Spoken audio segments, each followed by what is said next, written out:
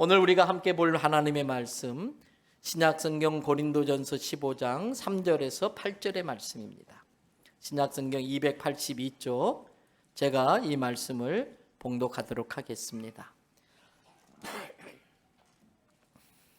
내가 받은 것을 먼저 너희에게 전하였노니 이는 성경대로 그리스도께서 우리 죄를 위하여 죽으시고 장사 지낸 바 되셨다가 성경대로 사흘 만에 다시 살아나사 게바에게 보이시고 후에 12 제자와 그 후에 500여 형제에게 일시에 보이셨나니 그 중에 지금까지 대다수는 살아있고 어떤 사람은 잠들었으며 그 후에 야고보에게 보이셨으며 그 후에 모든 사도에게와 맨 나중에 만삭되지 못하여 난 자 같은 내게도 보이셨느니라. 아멘. 할렐루야.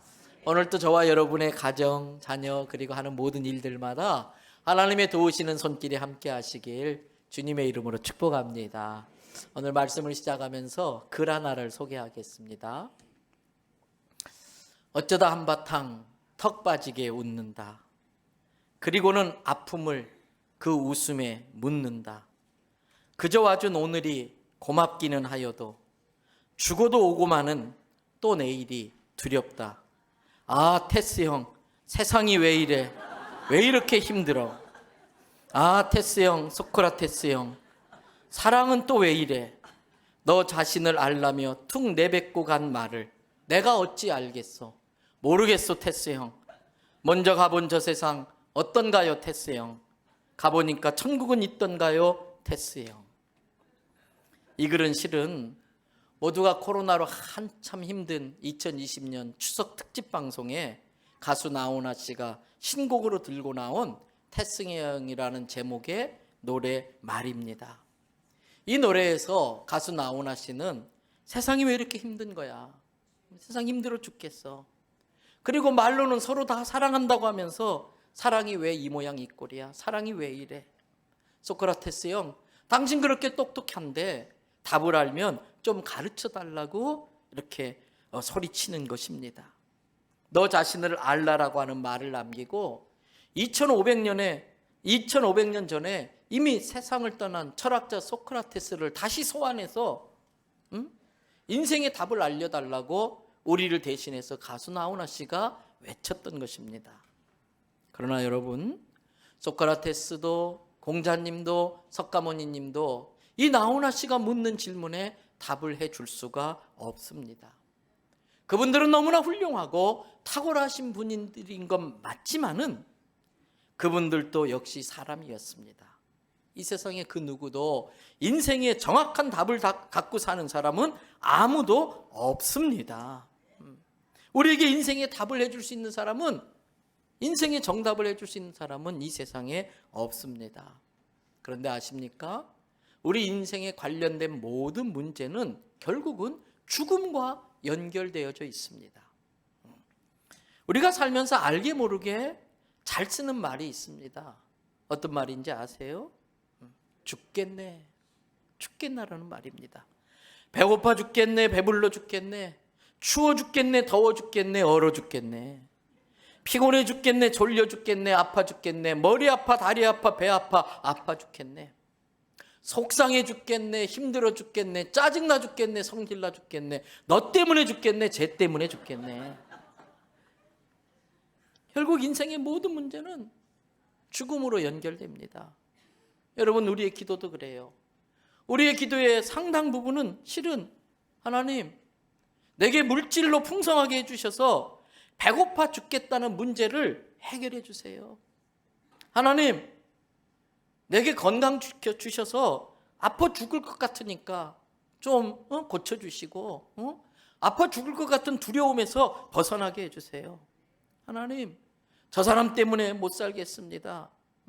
남편 때문에, 아내 때문에 속상해하지 않게 변화시켜 달라고. 그래서 내가 저 사람 때문에 속상해 죽지 않게 해달라고 그 기도하는 거 아닙니까? 하나님, 인생살이가 너무 고달프고 힘드니까 죽을 것 같아요. 나도 좀 성공해서 멋지게, 그래서 성질나서 죽게 만드는 일, 짜증나는 일, 신경질 나는 일 다 없애달라고 하는 것. 이게 우리의 기도 내용 아닌가요? 결국 인생의 모든 문제는 이렇게 죽음과 연결되고 있습니다.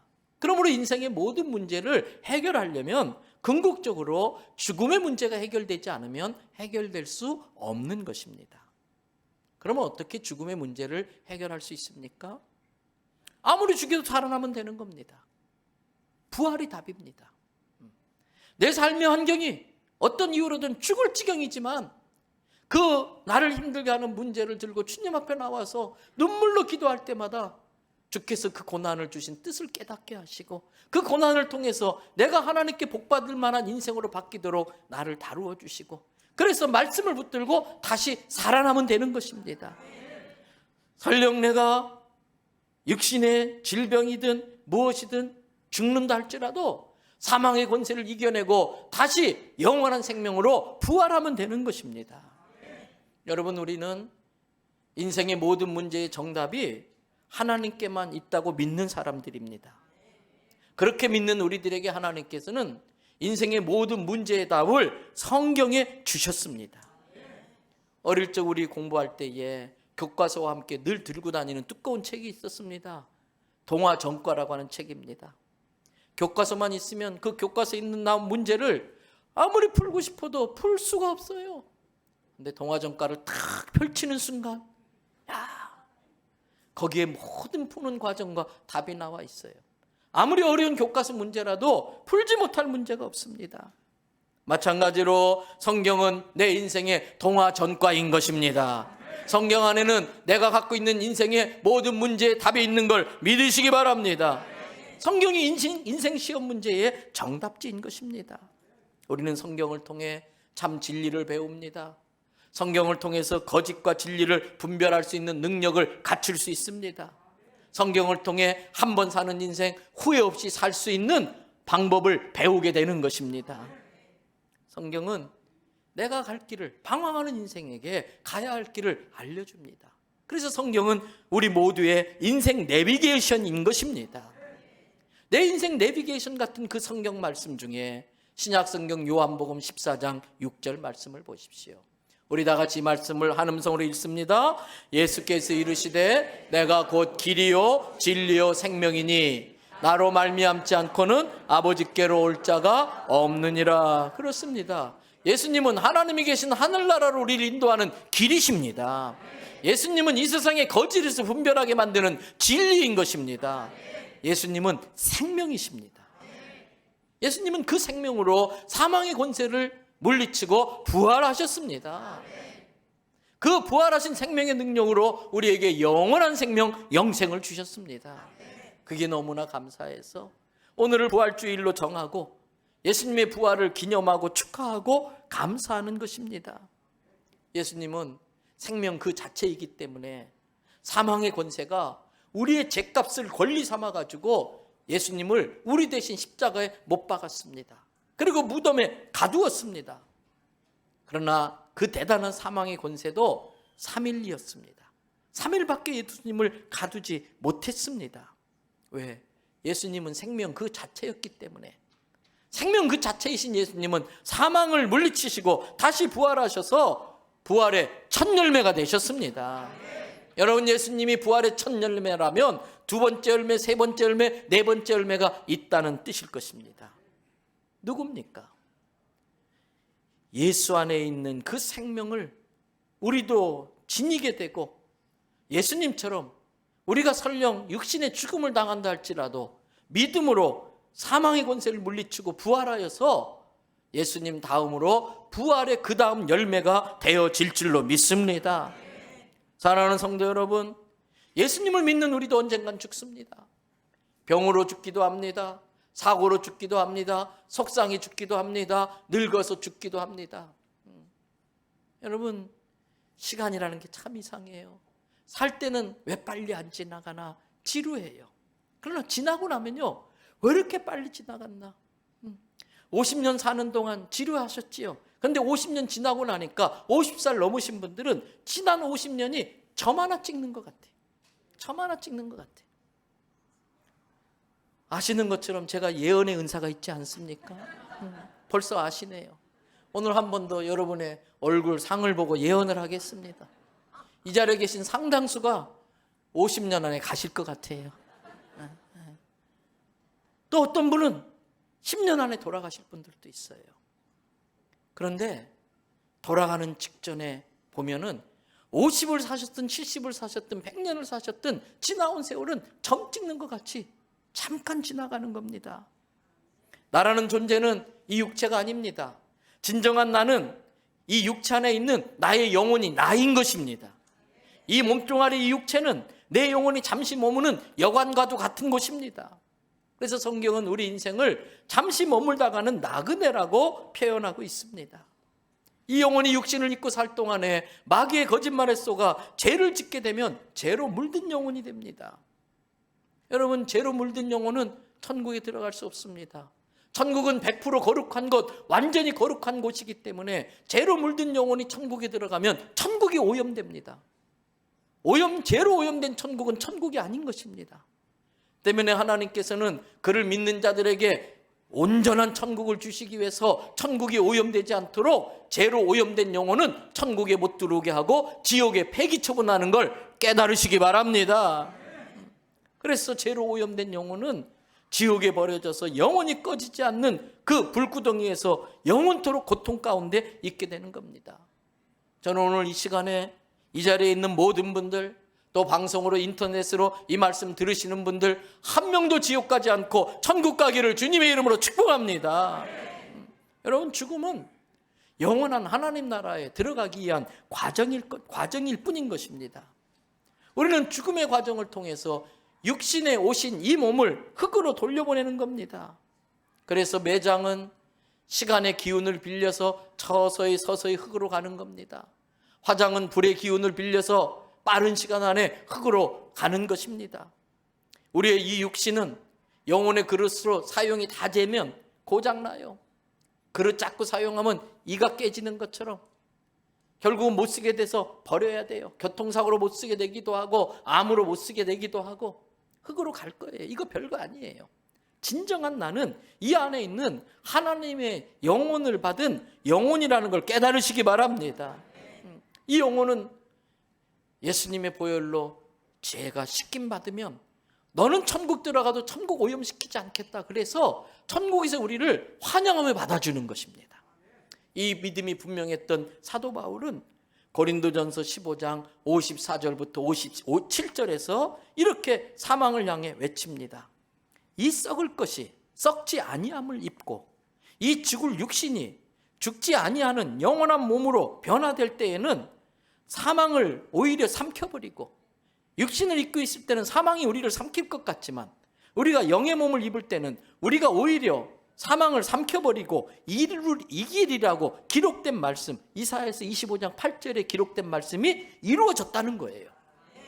그래서 사도 바울은 그 믿음을 가지고 55절에 사망아 너의 승리가 어디 있느냐, 사망아 너의 쏘는 것이 도대체 어디 있느냐. 56절 사망이 나를 쏠 수 있는 건 나에게 있는 죄 때문이고, 사망이 나에게 권능을 부릴 수 있는 것은 내가 율법을 지키지 못함 때문인데, 57절 우리 주 예수 그리스도께서 생명 그 자체이시기에 사망을 물리치시고 부활하심으로 말미암아, 또 우리 주 예수 그리스도께서 십자가에서 하나님의 공의를 완성시켰기 때문에 율법은 더 이상 우리에게 권능을 부릴 수 없고 우리에게 그러한 승리를 주신 하나님께 감사하노라. 여러분, 나훈아 씨는 인생의 힘든 문제의 답을 테스 형에게 물어볼 것이 아니라 생명의 능력으로 죽음의 문제를 해결하신 예수님께 물었어야 했던 것입니다. 그러면 사람들은 예수님이 정말 살아나셨냐? 예수님 정말 부활하셨냐? 예수님 부활하셨다는 증거를 대보라고 우리에게 말할 겁니다. 여러분, 법정에서 재판장이 신문을 합니다. 변호사가 답을 합니다. 또 검사가 답을 합니다. 증인이 증언을 합니다. 그때 재판장이 물어봅니다. 증인, 그거 진짜예요? 그거 사실이에요? 그게 진짜라는 증거가 있습니까? 마찬가지로 세상 사람들은 우리들에게 예수님이 정말 부활했다고 하는 확실한 증거를 보이라고 물어볼 겁니다. 그 질문에 우리는 너무나 자신 있게 예수님 부활하셨습니다, 예수님 부활했다고 하는 확실한 증거가 있습니다 라고 대답할 수 있어야 됩니다. 여러분, 예수님의 부활은 너무나 분명하고 확실한 역사적 사실입니다. 그 증거가 뭡니까? 그렇게 확신할 수 있는 이유가 뭡니까?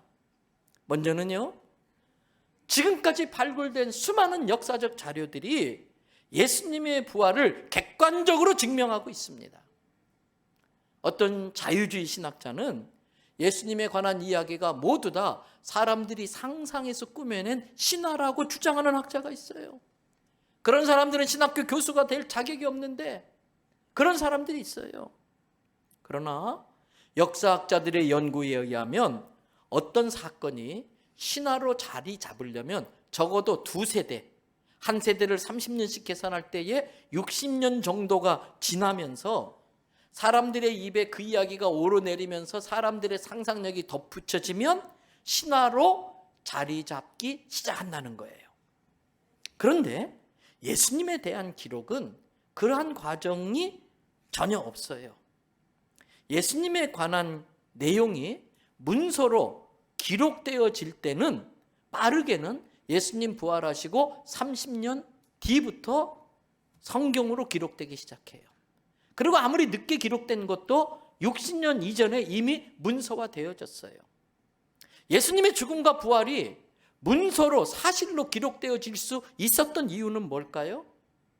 여러분, 부활하신 예수님을 본 사람이 너무나 많은 거예요. 이걸 증명할 필요가 없었던 거예요. 현장에서 본 사람들이 너무나 많았기 때문에. 그리고 부활하신 주님을 만난 사람들이 너무나 많아요. 그래서 사도 바울조차도 내가 아는 사람들 중에, 아까 읽은 성경에 보니까 남자란 표현이 나와요. 여성분들 죄송해요, 이 당시엔 여성들을 숫자로 치지도 않았어요. 그래서 내가 아는 사람들 중에 예수님을, 부활하신 예수님을 목격한 사람만 적어도 500명 이상이다. 여성까지 치면 1000명, 2000명이 될 거예요.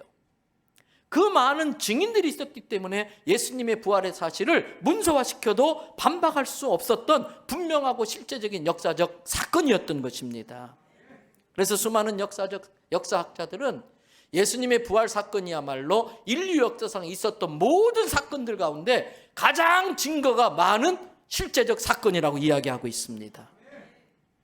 여러분, 또 예수님의 부활이 실제적 사건이었다는 증거가 예수님의 제자들의 변화된 모습, 그들이 죽음을 맞이하는 최후의 모습을 보면 알 수가 있습니다. 여러분, 어떤 사람 중에 진실을 증명하려고 자기 목숨을 거는 사람들이 간혹 있어요.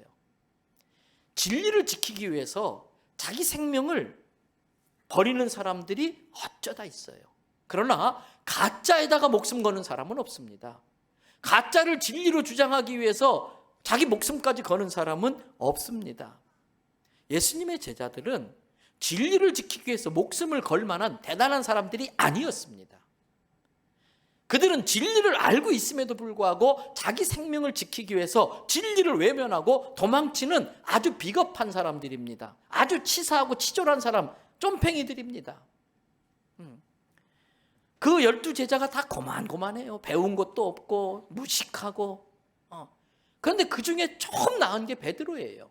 그래서 그 베드로를 수제자 세웠어요. 그런데 큰 소리 떵떵 쳤지만, 물론 다른 제자들은 예수님이 십자가에 못 박히시기 위해서 재판받으러 갈 때에 내 목숨이나 살리자 다 도망쳤지만, 그래도 수제자인 베드로는 재판받는 법정까지 따라가긴 했습니다만, 거기 산 여자아이가 당신 어디 많이 봤던 사람인데 어디서 봤더라? 아, 너 예수하고 한패구나. 그 말에 베드로 기겁을 합니다. 무슨 소리냐, 말도 안 되는 소리 하지 마라. 난 예수의 예자도 모른다. 아니야, 나 분명히 당신 예수 제자야, 나 봤어. 그랬더니 예수를 저주까지 하면서 3번이나 부인하고 도망친 사람이 베드로입니다. 그럼 베드로가 부활의 주님을 전해요. 그 부활의 주님을 전하다가 붙잡혀서 사형을 당하게 됐어요. 예수님과 똑같이 십자가에서 못 박혀 죽게 됐습니다. 그때 베드로가, 집행관님, 나 같은 죄인은 예수님처럼 저렇게 똑같이 십자가에 못 박혀 죽을 수가 없어요. 저를 저 십자가에 죽이시려면 저를 거꾸로 매달아 죽여주세요. 베드로가 부활의 주님을 만나지 않았다면 그 비겁한 베드로가 이렇게 담대하게 바뀔 수가 없는 겁니다. 야고보는 예수님이 부활하셨다는 걸 전하다가 돌에 맞아 죽습니다.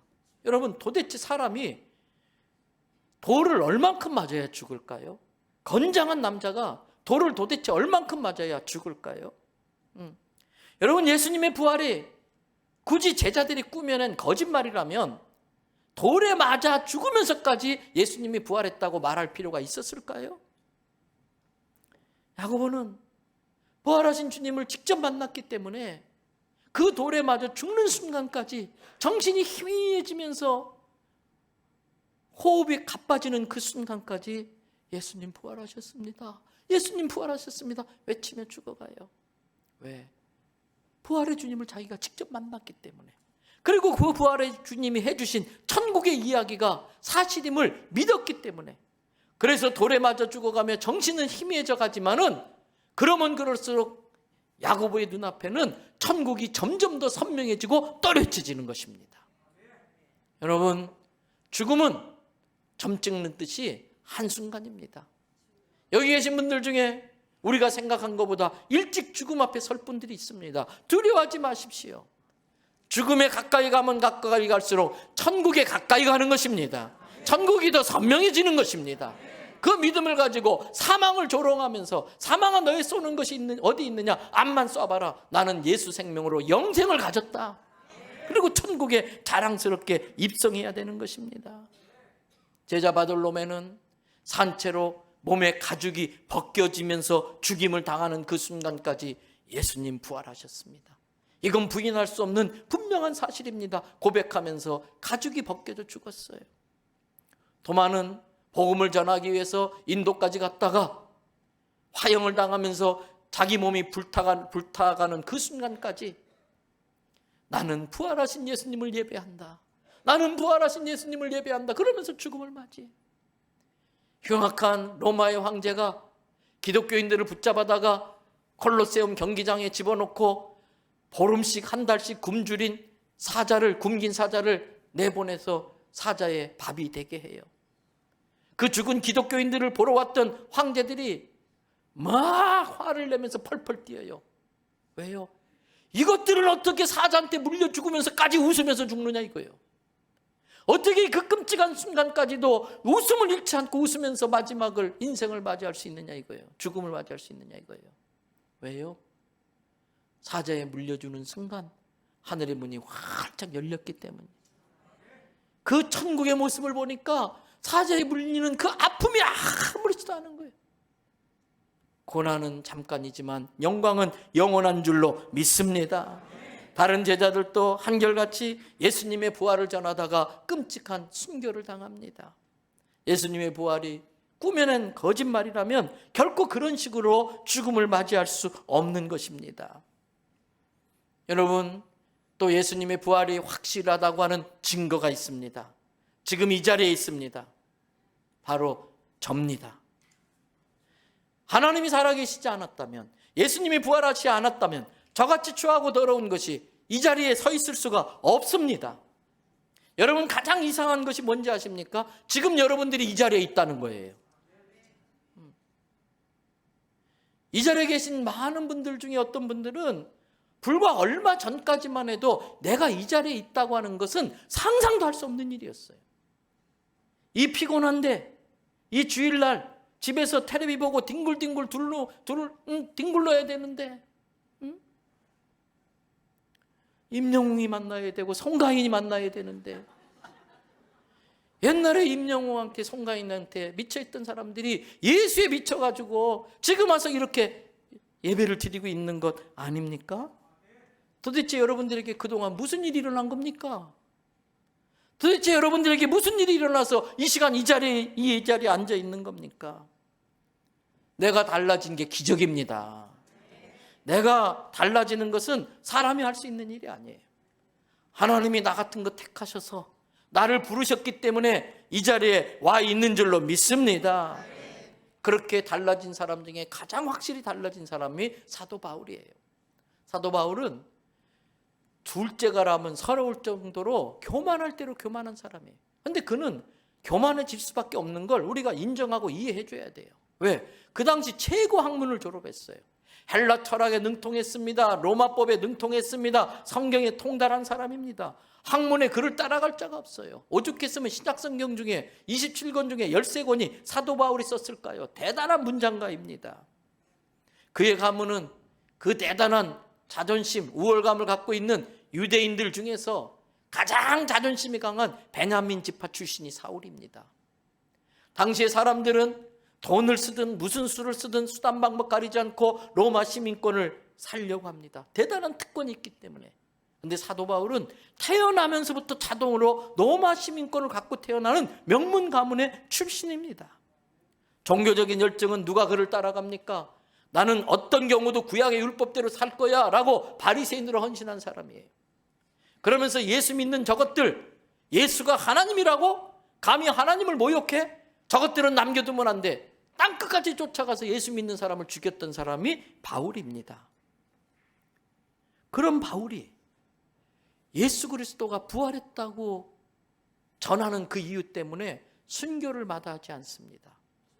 그리고 죽기 직전에 자기가 개척했던 고린도 교회 교인들 중에서 아직도 부활을 믿지 못하고 있는 사람이 있다는 소리를 들어요. 그래서 안타까워서 쓴 게 고린도 전서입니다.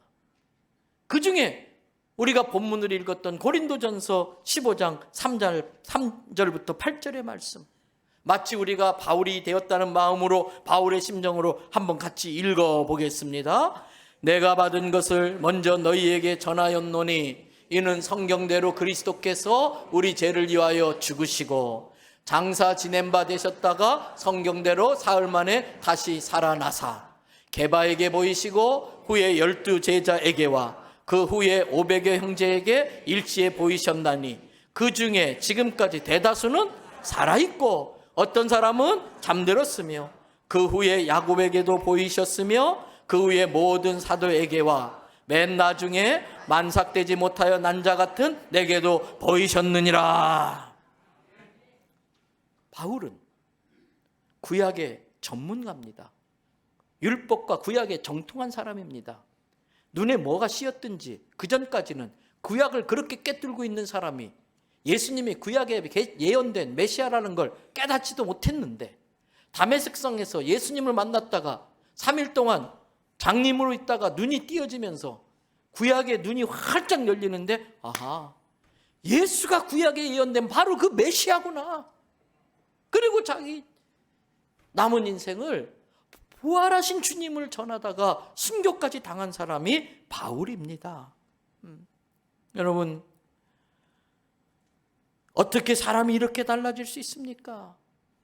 부활의 주님을 만나지 않고는 이렇게 달라질 수 없어요. 한 사람의 인격이 변화되고 가치관이 달라지고 또 인생 철학이 바뀌고 삶의 비전이 바뀌는 것은 쉽게 되는 일이 아니에요. 결정적인 어떤 사건이 있어야만 가능한 거예요. 바로 부활의 주님을 만났기 때문에 바울에게 그리고 저와 여러분들에게 이러한 놀라운 변화가 일어난 줄로 믿습니다. 마지막 끝으로 부활이 너무나 분명하다고 하는 증거가 또 있습니다. 여러분, 어떤 사람이 평생 거짓말도 안 하고 정말 진실하게 살아요. 그런데 어떤 사건이 일어났는데 그 사람이 그 사건을 봤어요. 그래서 그 사람이 그 사건은 이러이러해서 저 사람이 범인입니다 라고 말하면 믿어야 됩니까? 믿을 수 없습니까? 평생 거짓말하고 하지 않고 진실되게 산 사람이에요. 믿어야 됩니까? 못 믿습니까? 믿어야죠. 그러나 세상 법정에서는 그걸 증거로 채택할 수가 없어요. 채택하는 게 쉽지 않아요. 그래서 더 많은 증인이 같이 말이 일치돼야 겨우 증거로 채택될 수 있겠지요. 그런데 예수님의 말씀은 우리가 진실이고 거짓이 없다고 믿기 때문에 이 자리에 있는 거 아닙니까? 만약에 우리가 예수님의 말씀을 믿지 못한다면 예수님이 거짓말하고 있다고 생각하기 때문에 예수님의 말씀을 믿지 못하는 것일 겁니다. 그러나 예수님의 말씀에 조금이라도 거짓이 섞여 있다면 예수님은 구세주가 될 수 없습니다.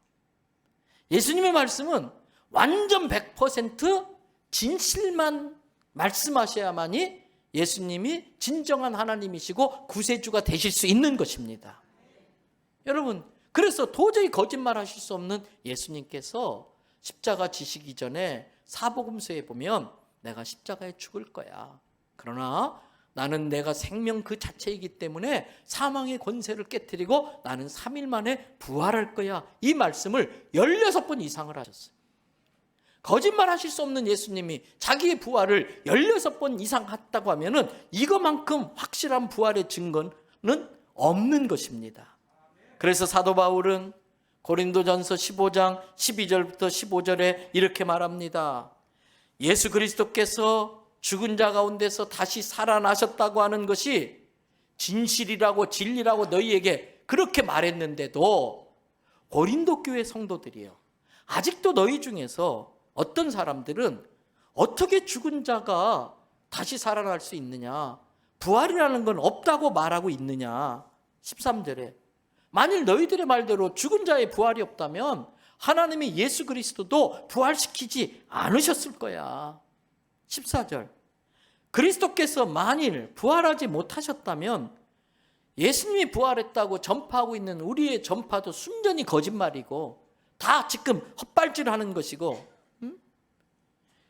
예수 그리스도를 믿고 천국 간다고 하는 너희의 믿음도 다 거짓이고 헛된 것이고, 15절에 우리가 하나님을 거짓으로 증거한 거짓 증인으로 이 세상에 다 밝혀질 텐데 왜? 우리가 여기저기 돌아다니면서 하나님이 그리스도를 살렸다고 증언하고 다녔지 않느냐. 그러므로 만일 죽은 자가 다시 살아나는 부활이 예시당초 있을 수 없다면 하나님께서 예수님도 예시당초 부활시키지 않으셨을 거라는 거예요.